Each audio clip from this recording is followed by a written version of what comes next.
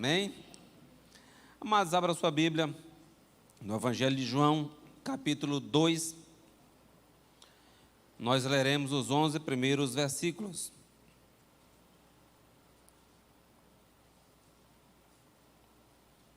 João 2, de 1 a 12, nos diz: No terceiro dia, houve um casamento em Caná da Galileia. A mãe de Jesus estava ali. Jesus e seus discípulos também haviam sido convidados para o casamento. Tendo acabado o vinho, a mãe de Jesus lhe disse: Eles não têm mais vinho. Respondeu Jesus: Que temos nós em comum, mulher? A minha hora ainda não chegou. Sua mãe disse aos serviçais: Façam tudo o que ele mandar. Havia perto 6 potes de pedra, do tipo usado pelos judeus para as purificações cerimoniais. Em cada pote cabiam entre 80 e 120 litros. Jesus disse aos serviçais: Encham os potes com água, e os encheram até a borda. Então lhes disse: Agora, levem um pouco ao encarregado da festa. Eles assim fizeram, e o encarregado da festa provou a água que fora transformada em vinho, sem saber de onde este viera, embora o soubesse os serviçais que haviam tirado a água. Então chamou o noivo e disse: Todos servem primeiro o melhor vinho, e depois que os convidados já beberam bastante, o vinho inferior é servido. Mas você guardou o melhor até agora. E este sinal milagroso em Caná da Galileia foi o primeiro que Jesus realizou. Revelou assim a sua glória, e os seus discípulos creram nele. Maravilhoso Deus e querido Pai Celestial, estamos, Senhor, diante da Tua palavra. Rogamos que Teu Espírito Santo possa falar a cada coração presente. Pai querido, faz com que os nossos ouvidos estejam atentos à Tua voz, que possamos ouvi-la, aplicá-la em nossa vida e viver assim de maneira que Te agrade. Fica conosco e perdoa os nossos pecados, em nome de Jesus. Amém. Amados, nós temos neste mês de maio um tema muito bonito chamado Famílias que Prevalecem. Vamos falar? Famílias que prevalecem. Que a nossa família possa prevalecer, que a sua família possa prevalecer a cada dia, frente às dificuldades que o mundo está aí oferecendo, tentando minar, tentando destruir a família. Sempre no mês de maio, nós temos o costume de comemorarmos como o mês da família. E há uns 3 anos atrás, houve uma campanha maravilhosa, que ela foi replicada aqui na igreja, por 30 dias, chamado Famílias Vitoriosas Diante da Tempestade da Vida. Quem lembra dessa campanha? Uma campanha espetacular, onde todo dia a gente recebia uma mensagem que era uma bênção mesmo. E já há 2 anos atrás tivemos uma outra campanha chamada Jesus Transforma a Minha Família. Então, nesse ano, o tema escolhido é Famílias que Prevalecem. O tema família é um tema muito caro para Deus. Por quê? Porque a família, ela nasceu no coração de Deus. Nós podemos afirmar que o Criador, ele pensa em termos de família. E ele deseja o melhor para a minha família e deseja também o melhor para a sua família. E, amados, nós podemos crer que durante o ministério de Jesus, naqueles 3 anos, Jesus abençoou muitas famílias, dezenas, centenas, milhares de famílias. A palavra de Deus nos mostra que se fosse possível escrever os milagres de Jesus, não haveria livro capaz de registrar esses milagres. Então, Jesus, ele tinha um foco muito forte em atender às necessidades da família. E o apóstolo João, ele relata como foi a primeira semana do ministério de Jesus. E logo nessa primeira semana, ela termina com uma festa de casamento em Caná. E esse episódio é relatado porque ele tem um aspecto simbólico muito grande. Por quê, amados? Porque o casamento, ele é o símbolo da união de Deus com a humanidade, realizada na pessoa de Jesus Cristo. Ou seja, sem Jesus, a humanidade, o homem, ele vive uma festa de casamento sem alegria, sem prazer, sem contentamento e sem a esperança de dias melhores.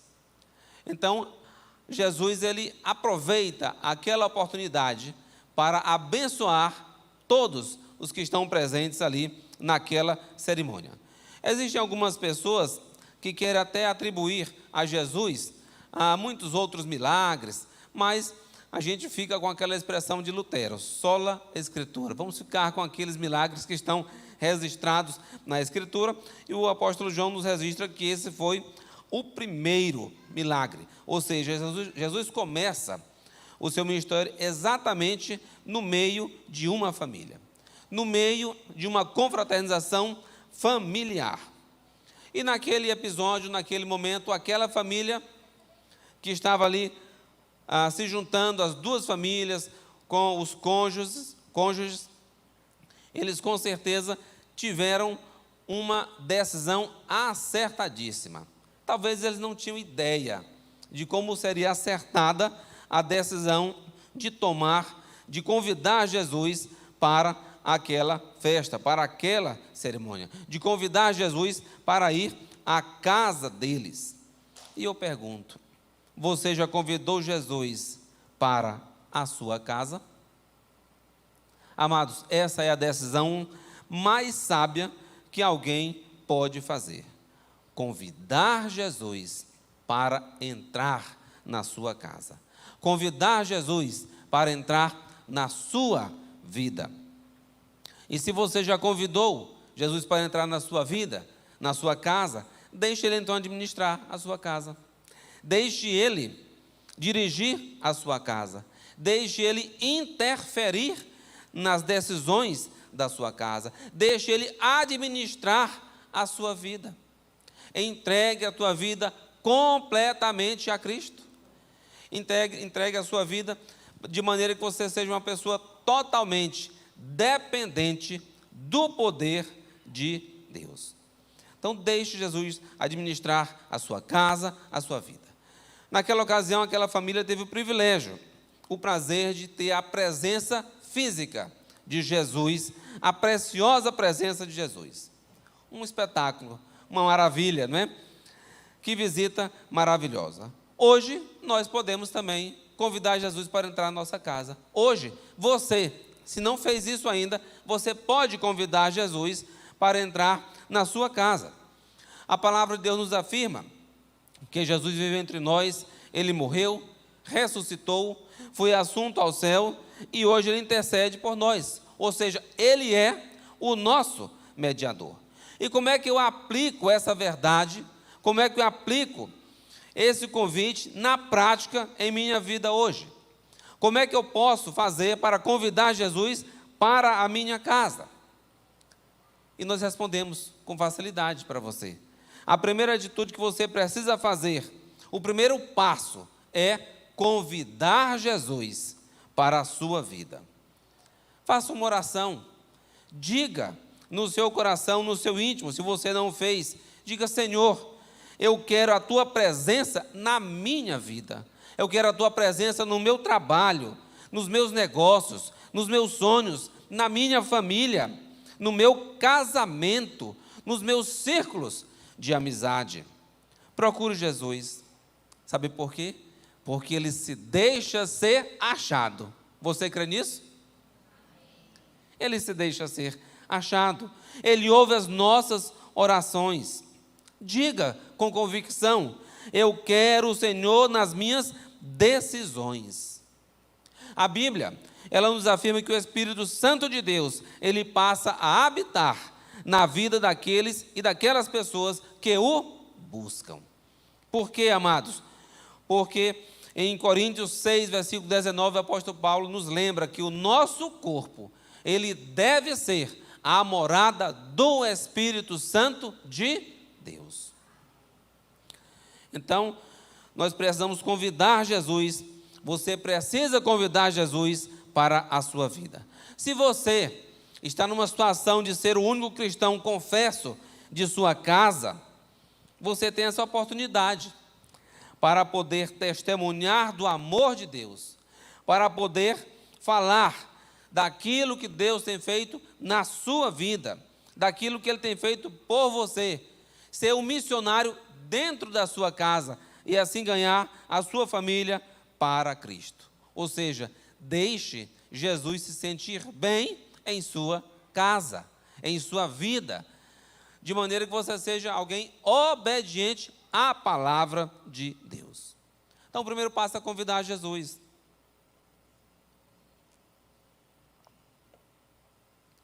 O segundo passo é passar a viver de acordo com as Escrituras.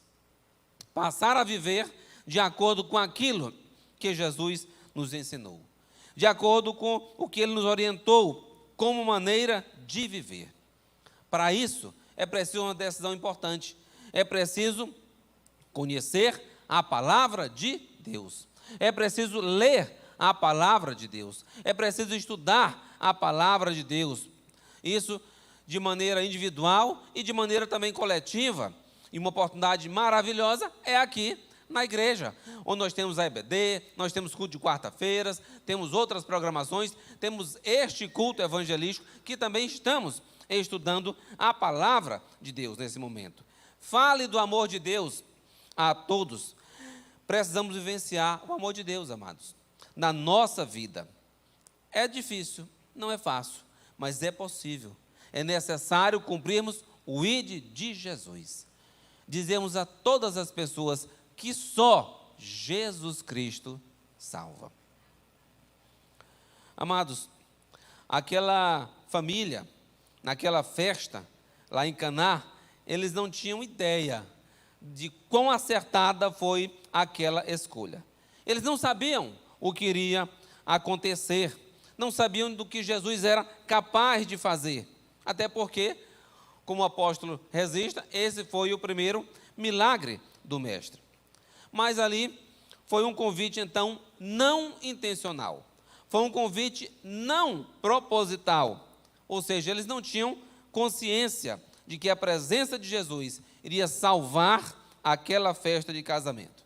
Imagine a vergonha daquela família, de todos, das duas famílias, passarem por um vexame, né, da falta do vinho. Aquilo poderia impactar aquele casal, talvez até para o resto da vida. Ser conhecida como o casamento onde faltou os ingredientes necessários ali, aquela celebração. Mas, diferente daquela família, nós hoje, você pode fazer uma escolha consciente, uma escolha deliberada de convidar Jesus para a nossa casa, para que Ele possa salvar a nossa vida e deixar Ele agir, transformando o nosso coração, transformando os nossos sentimentos, as nossas emoções, as nossas decisões e nos ajudando a cada dia a escolher o lado de Jesus. A fazer, eu gosto de dizer essa expressão, a fazer as melhores escolhas. Amados, então, nós convidamos Jesus quando, primeiramente, nós permitimos que Ele entre em nossa vida. Quando cremos nele, quando nos rendemos a Ele, quando reconhecemos o seu tão grande amor, lá na cruz, quando Ele pagou o preço pelos nossos pecados, a nossa dívida com a lei, quando Ele purgou os nossos pecados ali na cruz, quando Ele deu a vida dele em resgate da minha, em resgate da sua vida, gratuitamente, e nos reconciliou com Deus. Então, o desafio para a sua vida é que você entregue a sua vida a Cristo. Seja um discípulo de Jesus, seja uma discípula de Jesus. Amados, o terceiro passo é amar como Jesus amou. Tem até um corinho que a gente canta, né? Amar como Jesus amou. Orar como Jesus orou. Andar como Jesus andou. Mas o que é, então, amar como Jesus amou? Ame nos seus relacionamentos. Ame o seu cônjuge. Ame os seus filhos. Ame os seus pais. Ame os seus irmãos. Ame os seus amigos. Mas ame também os seus inimigos. É fácil? Não. Não é fácil. Enfim, devemos amar a todos. Porque o exemplo de Jesus, em João 13, versículo 1, o texto nos fala que ele amou a todos até o fim. E ele estava rodeado de muitas pessoas que só queriam o mal dele. Queriam traí-lo, maltratá-lo, difamá-lo, acusá-lo de tantas coisas que ele não tinha feito. Amados, quão grande amor é o amor de Jesus. Nós precisamos, mesmo na escala humana, vivermos esse amor. A vontade nossa, como pessoas normais, às vezes, é sair por aí chutando balde, é sair por aí, às vezes, até querendo esganar alguém, não é? Mas aqueles que nos perseguem. Mas devemos amar os nossos inimigos e orar por aqueles que nos perseguem. É um grande desafio. Um grande desafio para a nossa vida. Isso é o que a Bíblia nos orienta. Portanto, devemos viver como Jesus quer que nós vivamos. Ame como Ele amou. Ame com renúncia. Ame com sacrifício. Ame de todas as maneiras. Essa é a forma prática de convidar Jesus para a sua vida. No texto, no versículo 3, acontece uma situação.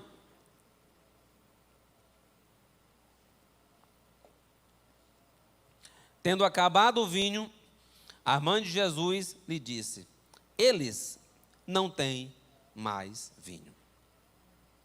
Então ocorreu ali um grande vexame naquela festa. O vinho acaba. Maria diz a Jesus: eles não têm mais vinho. E o diálogo ali acontece. Jesus responde em seguida no verso 4: que nós temos em comum, mulher? Ainda não é chegada a minha hora.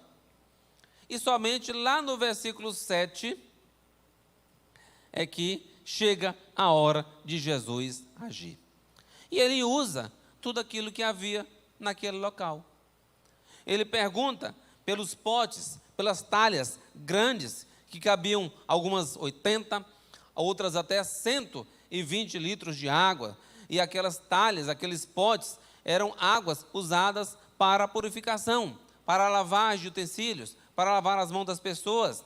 E Jesus chama então, pergunta pelas talhas e pede àquelas pessoas que encham aquelas talhas de água. E as pessoas obedecem. Elas enchem as talhas de água. Isso, se calcularmos, dá mais de 700 litros. É muita água. É muito material. E, milagrosamente, toda aquela água é transformada em vinho. Eu já ouvi uma palestra do saudoso pastor e professor, e ele também foi astrônomo por formação, Adalto Lourenço, e alguém perguntou para ele se esse milagre era possível pela física. Ele disse sim, é possível. É possível pela física. E ele explicou na linguagem científica que para transformar uma gota de água em vinho, é necessário uma descarga elétrica de energia muito grande. Algo assim absurdo. Na casa dos megatons, segundo ele. Não sei nem o que significa essa medida elétrica, não é? Mas imagine isso para uma gota. Imagine aquela quantidade toda. Mas, amados, Jesus tem poder. Você crê nisso? Ele mesmo afirma: todo o poder me foi dado, tanto na terra quanto nos céus. Um dos atributos de Jesus, sendo Deus, é a onipresença, a onisciência e também a onipotência. Você crê nisso? O mestre, então, de cerimônia, ele prova aquele vinho, ele fica impressionado com a qualidade do vinho, e aqui queremos destacar algo interessante, para que não ficamos martelando o nome vinho. Na palavra de Deus, vinho, suco de uva, são mais ou menos sinônimos. Nada disso aqui é pré-requisito, nada disso aqui é precedente para alguém achar que deve beber a bebida alcoólica, não é? Mas é ali simbolizando a união ali daquelas famílias, no caso, o vinho.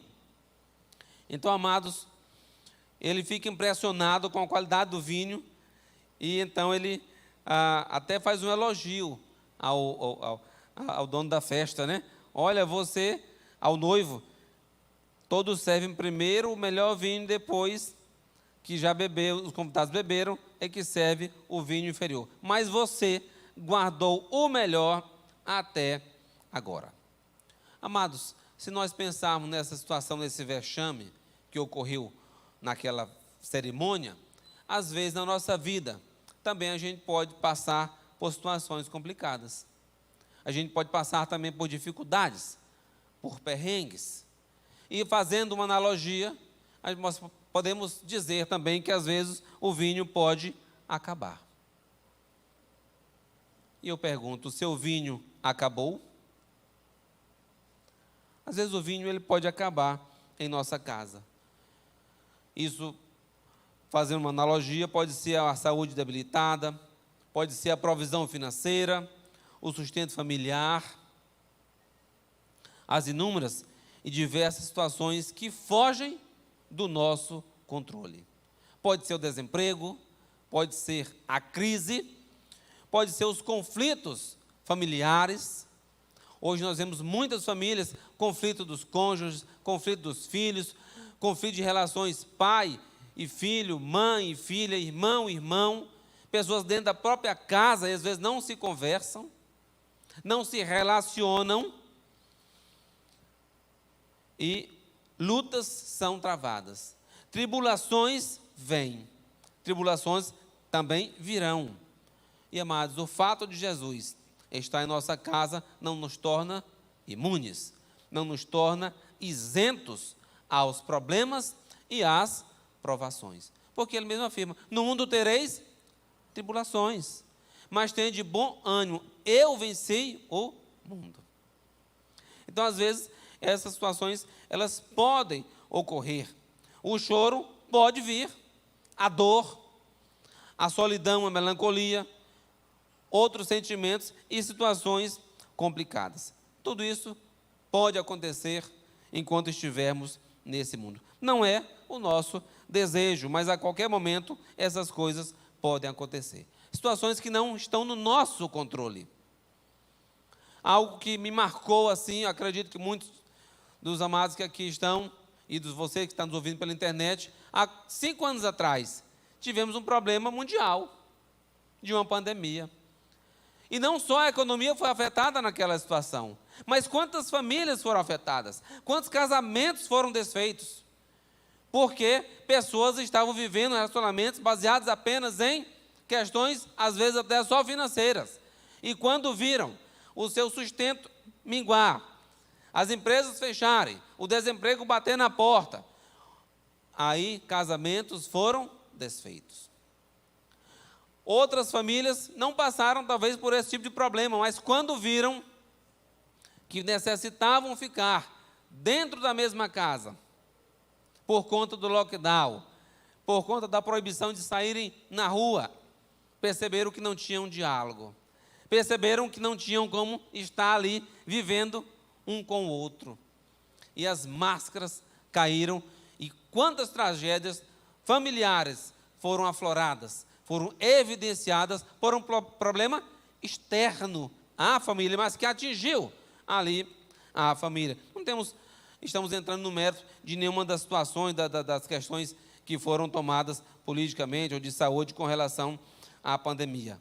Mas foi algo que causou até realmente um terror social, porque pessoas foram proibidas de trabalhar, de saírem de suas casas, não é? Serem policiadas por conta disso. até a nossa igreja ficou fechada, né?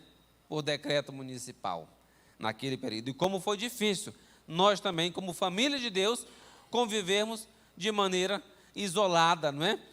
Só tentando nos comunicar pelas redes sociais. Amados, houve até uma lei no Congresso Nacional. Em abril de 2020 foi aprovado uma lei dando aos síndicos de prédio poderes para fiscalizar e para proibir confraternizações dentro dos apartamentos. E eu pergunto, o que é um culto doméstico? Não é o momento da família estar juntos ali, mas até isso as famílias se sentiram ameaçadas por questões de legislação. Então, quando a crise chegar, quando o vinho acabar, lembre-se que Jesus está em sua casa, amém? Chame por Ele, clame por Ele, clame por sua ajuda. Se você ainda não abriu a porta da sua casa, se você ainda não abriu a porta do seu coração, se você ainda não abriu a porta da sua vida, deixe Jesus entrar e fazer morada no seu lar.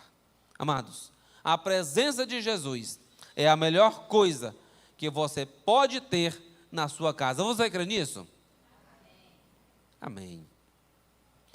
Verso 4.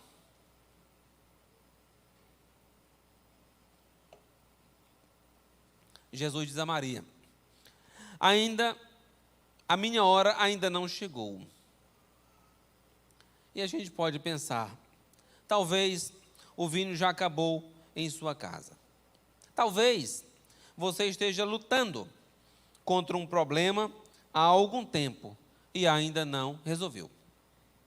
Talvez você esteja passando por uma situação complicada no trabalho, talvez uma enfermidade, uma doença que ainda não foi curada, e você, até como servo de Jesus, às vezes a gente se pergunta, né? Por que eu estou passando por isso? Mas Jesus continua dizendo: a minha hora ainda não chegou. Ou seja, continue acreditando, continue perseverando, que na hora certa, Jesus, Ele vai intervir. Na hora certa, Ele vai fazer o milagre. Amados, nós podemos também ainda olhar por outra ótica, uma outra faceta, essa situação, quando Jesus diz a Maria: a minha hora ainda não chegou. Eu pergunto a você, será que nós temos buscado Jesus corretamente? Jesus, Ele está sempre pronto a nos ouvir. Nós é que falhamos nessa busca. Será que nós temos confiado a nossa vida plenamente a Jesus? O Salmo 37, versículo 5 nos diz: entrega o teu caminho ao Senhor, confia nele, e o mais Ele fará. Será que nós temos entregue realmente? Será que você tem entregue a sua vida verdadeiramente ao Senhor? Será que você tem confiado verdadeiramente em Jesus? Você tem entregue o seu caminho ao Senhor? Você tem confiado realmente a sua vida ao Senhor? Às vezes, nós falamos que tudo é no tempo de Deus. Tudo é no tempo de Deus. Essa expressão é correta, dizermos. Mas, às vezes, em muitas situações, Deus já teria intervido, Deus já teria agido, já teria resolvido a situação se verdadeiramente nós tivéssemos mudado de atitude, de posicionamento, se tivéssemos realmente promovido ali um arrependimento sincero na nossa vida, se tivéssemos confiado nele, confiado de maneira integral, de maneira total, de maneira plena. Jesus já teria mudado o quadro. Pense a respeito dessa possibilidade. Às vezes, Deus está aguardando uma mudança de ação da nossa parte. Portanto, pergunte a Deus o que você pode aprender com determinada situação. Mude as perguntas. Às vezes perguntar, por quê? Por que isso? Qual é o propósito? Qual é o objetivo? Para que estou passando? O que eu posso aprender com essa situação? Então, amados, o vinho acaba naquela festa. E agora? Jesus resolve. De maneira sobrenatural. Jesus, ele providenciou não apenas a renovação do estoque do vinho, mas ele providenciou, sabe o quê? Abundância. Fartura. Então vejam que ele não pede para trazer as garrafas vazias, mas ele pede para trazer os potes, as talhas, os mesmos utensílios que estavam ali, que cabiam grande quantidade de líquido. Por quê, amados? Porque Jesus, ele é abundante. Amém? Ele supre, ele supera todas as nossas expectativas. Ele vai além do que aquilo que nós pensamos. Muito, mas muito além das nossas expectativas. Não estamos falando apenas de coisas materiais, mas principalmente a respeito das coisas espirituais, a respeito da nossa vida eterna, e que às vezes nós negligenciamos. Às vezes cuidamos de coisas materiais e esquecemos o mais importante, que são as coisas espirituais. Então Jesus, ele é pleno, o seu poder é pleno, a salvação, ela é plena, a sua graça, as suas misericórdias são plenas, são completas, são infinitas e são abundantes. Você crê nisso? Amém. Amados, nós não precisamos, aliás, complementar nada na nossa vida. Por quê? Porque a obra de Jesus foi suficiente. A sua obra é completa. É vida eterna, é alegria, é paz, é vida em abundância, conforme nos mostra o próprio João, no capítulo 10, verso 10, onde ele registra as palavras de Jesus: eu vim para que tenham vida, e vida em abundância. É tudo que você precisa, amém? É tudo que nós precisamos. É vida abundante na presença de Jesus. Paulo, ele nos fala em Efésios que Cristo, ele nos abençoa com toda a sorte de bens espirituais. E as bênçãos materiais, elas vêm juntas. Mateus 6:33, tenho citado esse versículo muitas vezes, considero um dos textos áureos da Bíblia, né? Ele nos mostra. Podemos recitar Mateus 6:33, mas buscai em primeiro lugar o reino de Deus e a sua justiça, e as demais coisas nos serão acrescentadas. Amém? Amados, a nossa vida material é o reflexo da nossa vida espiritual. Cristo nos dá vida plena, nos dá contentamento, nos dá plenitude. Por isso que Paulo afirma seguramente: posso todas as coisas naquele que me fortalece. Jesus, ele pode mudar qualquer situação, ele pode mudar qualquer cenário. O seu vinho acabou, busque a presença de Jesus, amém? Busque a presença de Jesus, clame pelo socorro de Jesus. Lá naquela festa de matrimônio, todos creram em Jesus e Jesus mudou a vida dos membros daquela família.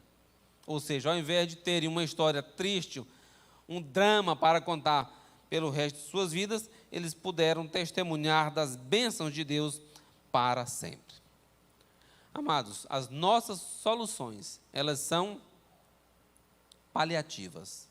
As nossas soluções, elas são temporais, mas as bênçãos de Jesus, elas são plenas, completas, definitivas e suficientes. Então, a solução de Cristo é a melhor. creia nisso. A solução de Cristo é a melhor. Entregue a sua vida plenamente a Cristo e deixe Ele administrar a sua vida. O seu vinho, ele é inferior ao de Cristo. Ele é inferior ao de Cristo. Então, que o seu lar, a sua vida, esteja cheia de Cristo. E que Ele abençoe a sua vida, a vida da sua família. Convide Jesus para entrar na sua casa. Convide Jesus para entrar na sua vida. Amém? Que o Senhor nos abençoe e que Ele nos dê entendimento da sua palavra. Amados, estamos chegando